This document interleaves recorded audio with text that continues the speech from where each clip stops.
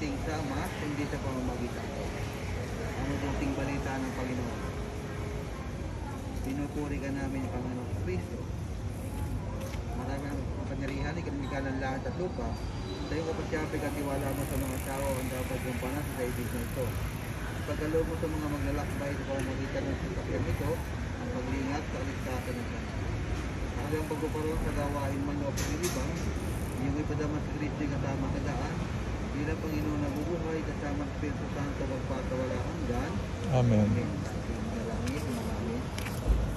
Ano pangalan niya? Lagyan ang pangalan.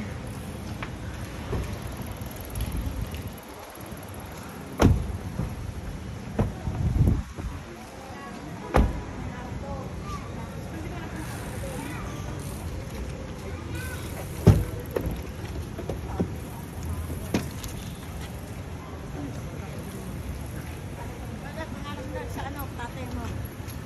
Rick.